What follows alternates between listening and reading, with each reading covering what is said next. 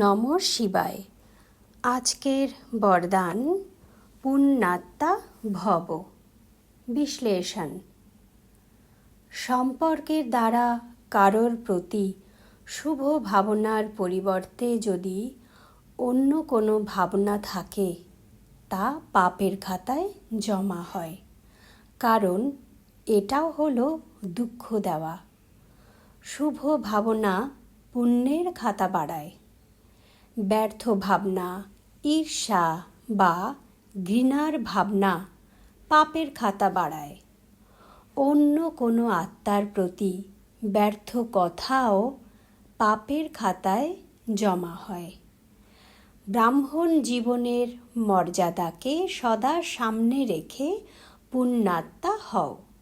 সদা পুণ্যাত্মা ভবর বরদান নাও।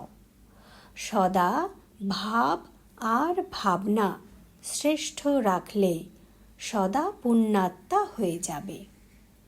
তো আজকে আমরা বরদানে জানলাম, আমরা যে কোনো আত্মার প্রতি যখনই শুভ ভাবনার পরিবর্তে অন্য কোনো রকম ভাবনাই আমরা রাখি তা পাপের খাতায় জমা হয়।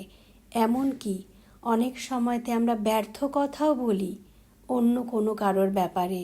কেউ বলছে, আমরা শুনছি, আমরা সঙ্গ দিচ্ছি, এটাও কিন্তু আমাদের পাপের খাতায় জমা হয়।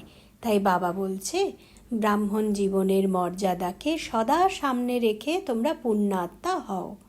সদা পুণ্যাত্মা হওয়ার জন্য ভাব আর ভাবনা, মানে আমাদের সংকল্প, আমাদের মনের ইন্টেনশন, ভাব আর ভাবনাকে শ্রেষ্ঠ রাখলে সদা পুণ্যাত্মা হয়ে যাব আমরা।